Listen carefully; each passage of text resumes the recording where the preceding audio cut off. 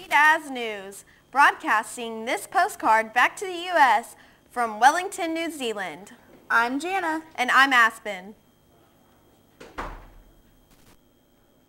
Tonight we find out what it's like to face the famous Kamate dance, or haka. A haka is a dance in which the whole body moves to import meaning, and Kamate is best known of all Maori haka. A famous chief called Te Rupara, when pursued by his enemies, was hidden in a kamare, or sweet potato pit, by the remarkable hairy chief of a friendly tribe. The wife of the chief sat in front of the entrance to the pit, hiding him. As Te Rupara sat in darkness, waiting for his enemies to go away, he whispered to himself, "I may die, I may die, I may live, I may live." When his pursuers had gone, he climbed from the pit and joyfully declared, "This is the hairy man who fetched the sun and caused it to shine again. One step upward, another step upward, the sun shines." This traditional dance has since passed through generations and is famously used by the national rugby team, the All Blacks, before the beginning of a game. So what is it like to face such a performance? And now to our reporter, Edward, who is with the United States rugby team, who are just about to face the Kamate haka.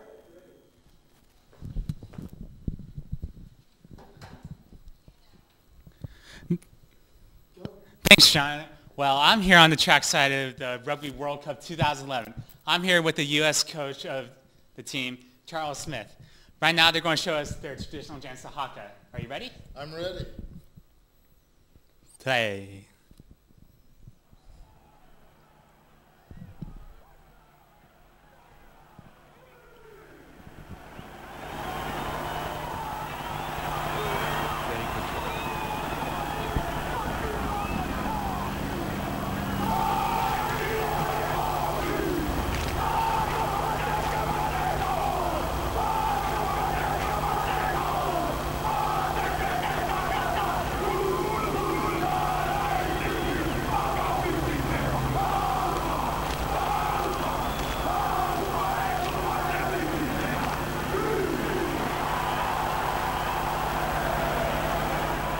Well, that was powerful and intense.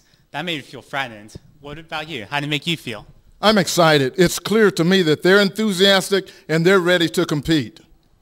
Oh, well, that's true. I mean, they've been waiting for this, and rugby is one of the favorite sports of New Zealand's. Well, that dance, that was frightening. I felt scared when I watched that. My heart beated fast. I was like, oh, sweat beating down. I thought they were going to jump out, run up to me, and like stab me. Oh, God. Thank God they didn't, though. And I was wondering, did that have the same effect on your team? Do you think your team were they scared, or did they feel better about it? I don't think so. We're rugby competitors, and we've just been living for this opportunity to play for the World Cup, and we're glad to see we're going to have some competition out there. So I say, bring it on, because we've got something for you. Wow, you seem very confident. You think you can win this all? Absolutely. If we didn't think we could win, we wouldn't be here. So we're going to do our very best. And I look forward to a great, great, great rugby match. Great. Very great. Great. An irrelevant question. Do you know the Orami show? I'm hearing more and more about this Orami show. I've not seen it, but I don't know. A lot of people are talking about it. Yeah, well, it's a fantastic show starring Hollywood's very own Rami, and it's getting lots of hits right now. It's #1 on the charts. Well, maybe I'll see it one day, but for now, I'm focused on winning this Rugby World Camp. Well, thank you. Back to you. Welly what? Thanks, Edward. Now let's take a look at a controversial issue that has all the locals divided and is annoying the good folks of Hollywood. Wellington is New Zealand's capital city and has everything you would ever want in one compact windswept area. It also calls itself, or has been referred to, as Wellywood. On account of its modest input into the world of film, it is the home of the world-famous Weta production company, responsible for the Lord of the Rings trilogy, District 9, and Avatar, as well as upcoming features like The Hobbit and Tintin. All well and good, but the fact is that does the city need to celebrate its success in the world of entertainment by putting a large white Wellywood sign in the style of the world-famous Hollywood sign on one of the hillsides? Some say yes, over 7,500 Facebook users, and some Hollywood executives who say it is a breach of copyright say no. Is there a better way to promote and celebrate Wellington's international reputation and success? Or if there must be a large sign on the hillside, could it possibly say something else? To discuss these matters and some alternatives, we now go to our entertainment reporter, Edward. Hello, hello. Welcome to the Sweet As Talk Show segment. I'm here with Hollywood star Rami. Come on in, man.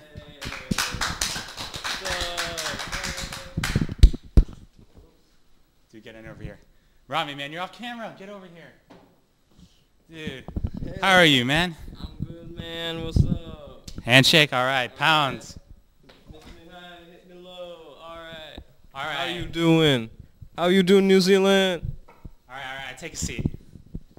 Whoa. It's my chair, man. Well, all right, man. Whatever you say. That's what you want. So, I understand you're the star of your own TV show, the O Rami Show. Oh, yeah, that's true. It's a great hit. It's wonderful. I mean, one day I was looking on the streets for a job, and now I'm at the top of my game. No one can compete against me. Do you struggle to be a celebrity? I mean, people taking photos of you. You have no privacy anymore. How's it living like that? Well, when you decide to get into this kind of business, it's part of the package, The paparazzi, the photos, your life. It can't be all private, and you have to accept that when you enter the business. So I deal with it. Sometimes it can be annoying, but Well, that's very interesting. But now back to the news story and why we brought you here into the Sweet As News talk show area. In Wellington Airport, they put up a sign that says Wellywood, and it's all about Hollywood. How does that make you feel being a Hollywood star? Well, if a city wants to start its own music and movie business, and if they're getting big into this industry, they should do whatever they want, call it whatever they would like. I mean, there's Bollywood, and they make great movies today, so they can do whatever they like. It's what the people want, though. Well, do you have any alternative names besides Wellywood? I mean, pretty not classy there. You could think of something more classy. I mean, personally, I like Lost Wellington because, that's where I get all my money from, my moolah, I understand. Well, thank you for joining us. Have a safe trip home, man. Sure thing, man. See ya. And don't strip. Well, that was our talk show with Rami, star of the TV show Oh Rami. Back to you. Thanks, Edward. And now a look at the Kiwi language. With the Rugby World Cup hosted by New Zealand in just under 100 days' time, we tried to unpack the mumbly, occasionally mystifying language that the locals here have created out of English. When tourists arrive in New Zealand, one of the first things they notice is that even though everybody might be speaking English, they can't understand a word the locals are saying.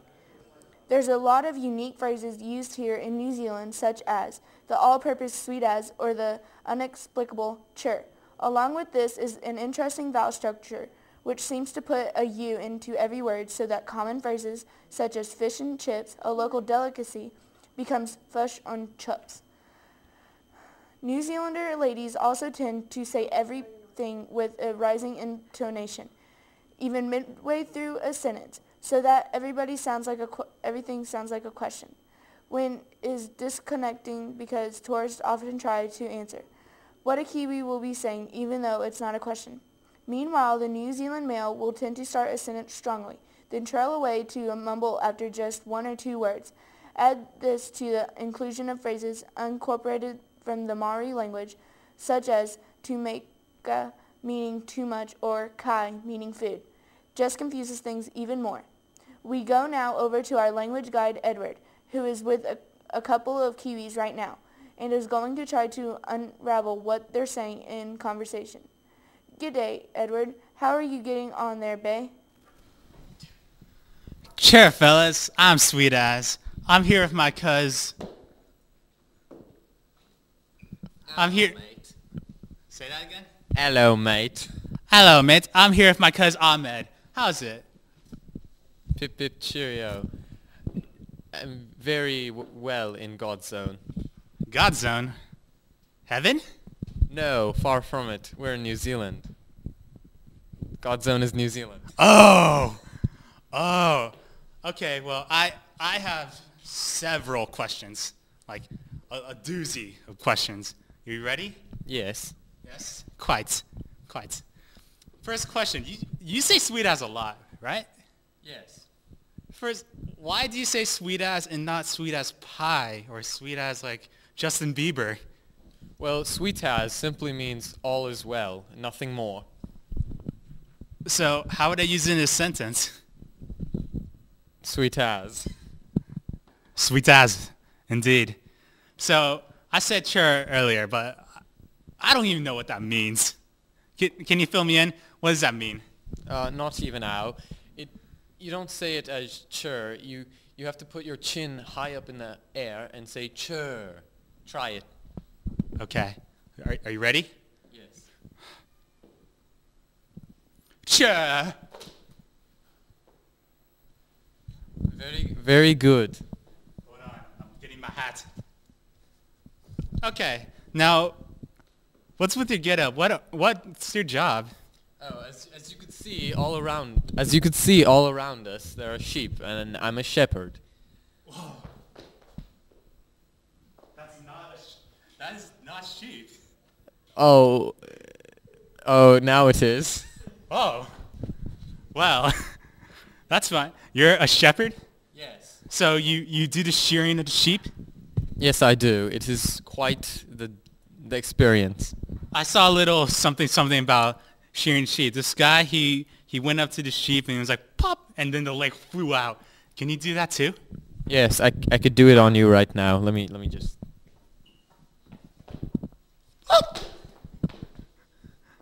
Wow, that was quite something. Well, next question. Do you like the O'Rami show? Oh, Rami, he's a huge inspiration. I hope to one day be just like him. Well, I'm happy to say for you that Rami is here for you right now, and he is. Nice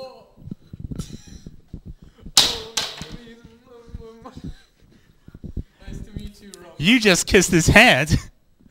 What? My fans get what they want, you know. I mean, I just made his dream by appearing here, you know. So it's all good. How do you feel right now, seeing Rami, your hero? I feel simply enlightened. Well, that's all for this little segment. Thank you, and back to the studio. Wave, you guys. And sure to you, Edward. Now we go over to Tori for a look at the weather. We can expect up and down this fabulous, gorgeous country, and we have got what we got for us. Tori, rain? Thanks, Aspen, or should I say Chibro to you. Now let's have a squiz at the weather across Aotearoa. Starting in the far north in Kaitaia, look out for some pretty flash flooding and raindrops as big as your head. If you're going outside, wear a hat. In Auckland, there will be a mix of fair conditions and unfair conditions, but those are the conditions and you'll just have to accept them. There will be no weather at all for the Bay of Plenty. It's taking a short holiday, but is expected to be back for the weekend. In Napier and Hastings, the weather will sometimes be changeable, and sometimes not. We really have no idea what will happen there. In Taranaki, a mild depression brings with it a very dull day with no highlights at all. It will be overcast and gloomy all morning, but things should cheer up by the evening. So don't worry. Everything will be fine. Wellington will have another capital day. There will be no wind at all, and the conditions that will be so pleasant they'll actually be extreme. In the top of the South Island, Kaikoura can always expect to have a good day, sunny and calm in the idyllic surroundings. Except for tomorrow, when we can expect the worst weather you've ever seen. A real mix for Christchurch, which will have some unreasonable rainfall, some sensible wind, moderate thunderstorms, and some very angry snow. And in the lower south, Dunedin will be frosty, cold, and unfriendly until late morning, when the sun will pop over for a visit. Everybody likes the sun. That's all for me. Remember, if it's raining outside, that's the weather for you. Back to you fellas in the studio. Thanks, Tori. And on that note, we have to call it a wrap. We hope you've enjoyed the show. Many thanks to each of our guests, and thank you very much for watching. We'll see you again next time. Until then, I'm Jana. And I'm Aspen for Sweet As News. Goodbye. Aloha ra. Ladies and gentlemen, it's on TV. It's on TV. It's on TV. ladies and gentlemen, It's meant to be on TV. And it's on now. It's on TV. you've seen it on a TV show. It's on TV. It's on TV. And it's on Seen it now. on a TV show.